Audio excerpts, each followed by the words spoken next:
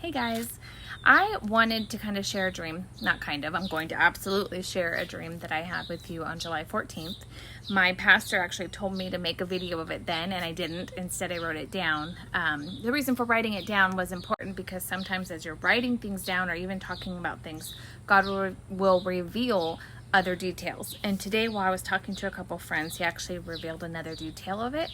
And so I figured maybe now is the time for me to share. So basically, I am standing out in a street and I'm looking around. There's people beside me on the street and they are pointing up towards the sky and they're all looking up at it, and there's a lot of commotion, a lot of kind of franticness, and I'm just looking at them and I'm looking up at the sky, and the sky is the most incredible blue I've ever seen. The brightest, clearest, cleanest blue you've ever seen.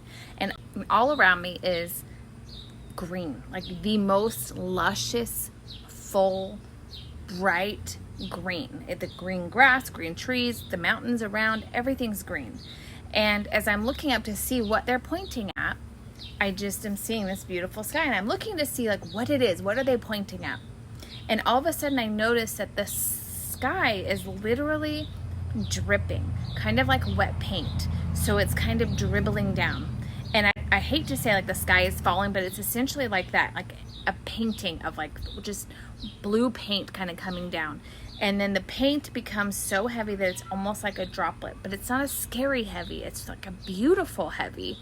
And these droplets just kind of come down and they're dropping this blue, and to the point of where the sky is literally falling in an artistic way of like just letting us know that this blue was basically coming down to meet the green, until I realize, oh my gosh, this is it. Like, I know what's happening. So I'm calm, whereas the people next to me are freaking out. They're not knowing what to make of this. Like, what's going on? Literally, like, Chicken Little in the sky is falling. But here I am like, oh my gosh, this is it. Like, this is happening. And then as soon as that blue is completely dropping around us, we're completely encompassed by this blue. And then the only way that I can explain it is almost kind of like quantum leap, or if you're like, in your 40s, time travel or anything like that. There's like this bright light and like this wormhole or like tunnel, and it just like whoosh and kind of like just picks me up and swoops me in. And then I'm just there. And I'm in this blue area all by myself. And it wasn't until I was talking to my friend today that I realized those people that were next to me, the ones that were freaking out and pointing at the sky and, the Chicken Little sky is falling, they weren't there with me. I was by myself. And instantly a sadness fell over me. And I thought, oh my gosh, like, all right. Like, on one hand, I had made it. On one hand, I was good. I know that I didn't have to worry that I was going to go to hell, or that I didn't make it.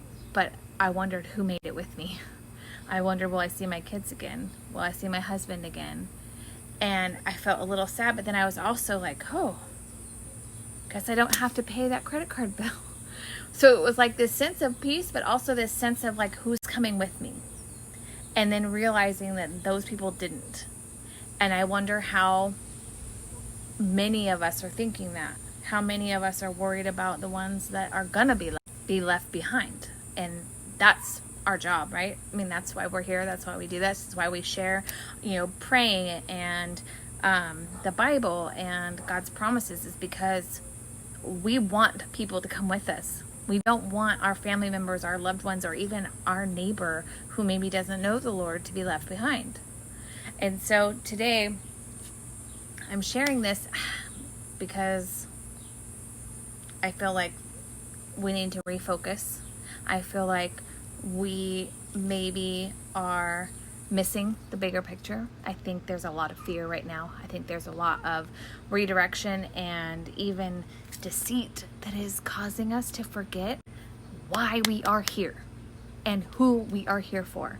Because it's not for pleasing that person or the other person. It's for pleasing that person. And that person loves so many people that don't even know that he exists. And it's not that they don't know because they're ignorant. It's that they don't know because maybe they're in third world countries that only get a couple pages of the Bible and they swap it with other villages, or in order to get water that day, they're not allowed to accept Jesus. I mean, I've heard of things in the last week or so that just blows my mind away.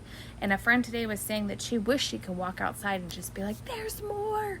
There's so much more. And there is. The Bible is not just a book of rules. It is a book of stories of love. It's a love letter to us to guide us to Him. That's what it is. And it's the most beautiful thing if you actually read it as Jesus expected it to be. I mean, Jesus even spoke in stories. That's why testimonies and sharing your story is so important. So today, if I can say anything with you, we've got to readjust our focus. Our focus has to be God, and it has to be family, and it has to be furthering the kingdom. I mean, that's why we're here. We're not here to please somebody else or meet someone else's expectations. We are here to spread the good news of the Lord. And so I say that in almost a disbelief, because if a couple of years ago you would have said that I was going to be this girl who was posting scriptures and talking about the Bible all the time as if my life depended on it, I'd have laughed at you. But the truth is, my life does depend on it, and so does yours. And I want you to be with me. And I want you to know that God loves you, and He wants you, and it doesn't matter what your background looks like, it doesn't matter what your history looks like, it doesn't matter what you've done. He just wants you.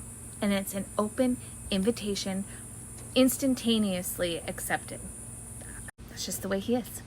So you can do one of two things. You can either be the people that are frantically running around like Chicken Little, yelling the sky is falling, or you can sit here smiling, looking at this beautiful blue and this vibrant green and be like, wow, this is really happening, with that peace and that love in your heart if you just readjust your focus on what is real and true. Don't worry about the lies. Don't worry about the deceit. Don't worry about all the horrible things that are happening around you. Focus on what you can fix and where your heart needs to be, and focus your eyes on above. Love you.